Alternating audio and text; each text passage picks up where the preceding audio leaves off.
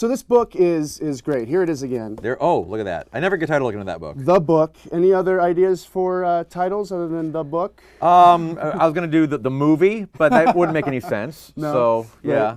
Unless you flip the pages really quick. Right, like a flip book. Flip book. Weird Al the Flip Book. Now that, hey, cool. that's a good sequel. Yeah, absolutely. I'll give you a cut of that if we do that. All right. Ooh, I'm doing it. Hollywood, knowing your career, you've done movies, you've done television, obviously music. Is this your final step to world domination? Is the book Yes, I'm the done final now. key? That's it. I put this out. I can go home, take a nap, take a shower, You've conquered relax. it all. Yes. Finally a shower after all Finally, this. it's about time. You're such a hands-on guy with your work. I mean, you direct your videos, you write, you wrote your movie and started it. Was it tough to have Nathan, the author of this, take control? Was it hard? It was extremely easy. It's Really? like, here you go, Nathan. Well, you know, because I was sort of, you know, I let him do whatever he wanted, but at the same time, I knew that it wasn't going to be some kind of scathing diatribe because I knew he was a fan, so that he was going to be, you know, treat me well. Yeah. And he did a really great job. And I just, frankly, had no interest in writing an autobiography because I figured, you know, I've been doing interviews and podcasts and whatnot for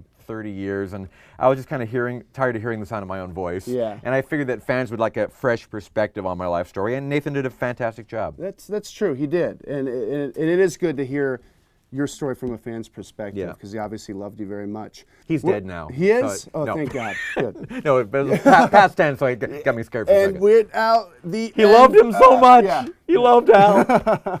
Was there some hesitation from the publisher when they first heard you wanted to make a book? Were they worried you're going to make a parody book and it was just going to be weird, long, loose leaf pages? They probably would have liked a parody book. Out? Yeah, and I don't know. The idea of doing a coffee table retrospective was just something that had been floating around for a long time, and we're getting a lot of interest from people, and it just seemed like the time had come. I had a fake autobiography out in 1985. Really? Called The Authorized Al. It's a collector's item. In fact, it was on Pawn Stars recently. Somebody paid like cool. $400 for a copy of this thing. The Authorized Al. Yes, but it was mostly fake. I mean, there were a couple true facts mixed in, but it was mostly because I didn't have a real career at that point to write about, so the whole thing was sort of a joke. Yeah. But now at this point, it feels like, well, I've been around for long enough. There actually are some things people probably care to hear about. Yeah, absolutely. Are there some nuggets that even the diehard Weird Al fan would be surprised? I think so. I mean, the people that have been paying really close attention probably have heard most of the stories before, but I think even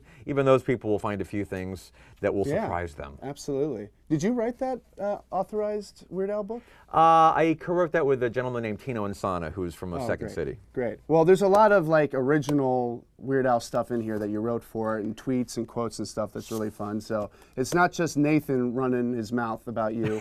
There's actually Weird Al stuff in here, which is pretty cool.